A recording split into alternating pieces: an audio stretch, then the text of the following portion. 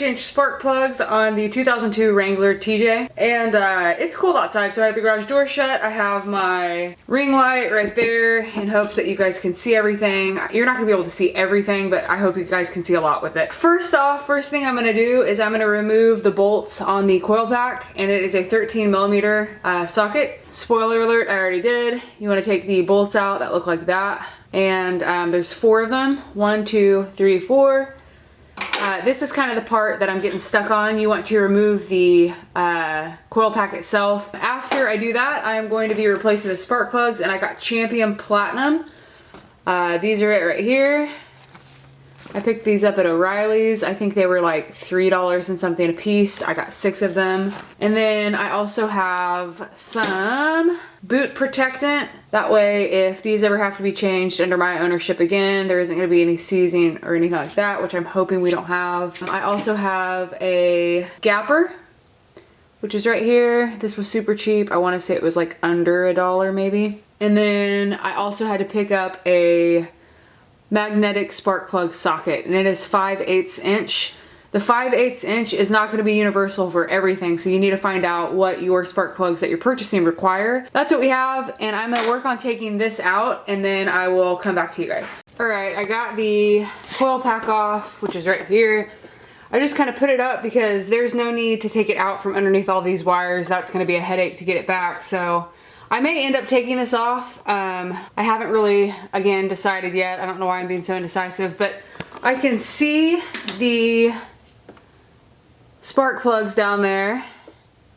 So I have access to them, but I guess if I run into anything where I can't get them out or get them back in, I think that's when I will talk about moving this out and maybe readjusting that. To get this out pretty easy, I just kind of went at a 45-degree angle. I knew that I had the potential to break some things if I started wiggling, so I just kind of put my hand over here and worked on the edge seals first, thinking that if I got, you know, a gap there, it'd be easier, and sure enough it was. So that's what I did to get that out.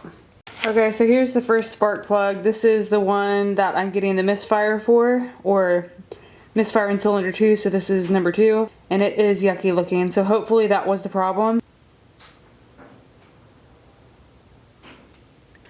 Okay, I can't exactly remember where I left off because I kind of just got into it and forgot about the camera, but after I took the coil pack off, I ended up taking out, like you saw, the spark plugs. All the spark plugs look kind of crappy. I don't really know how old they are. Some of them were off, some of them were right on where they needed to be. From what I found online, the spark plugs need to be set at, what is it, 0.35? Yeah, 0.035, which is right here, right there. And so I made sure all of those were set. 6 of them, obviously. That one was kind of a booger to get to, and then that one at the end. But once I took the coil pack off, as you saw, I just kind of lifted it and set it up there. You could disconnect it. The connector's in the back. The connector will always go to the firewall, so if you do disconnect it and take it out, remember that. But other than that, it was pretty easy. After I took the spark plug out, let's pretend that this is the brand new one, I put this stuff right here.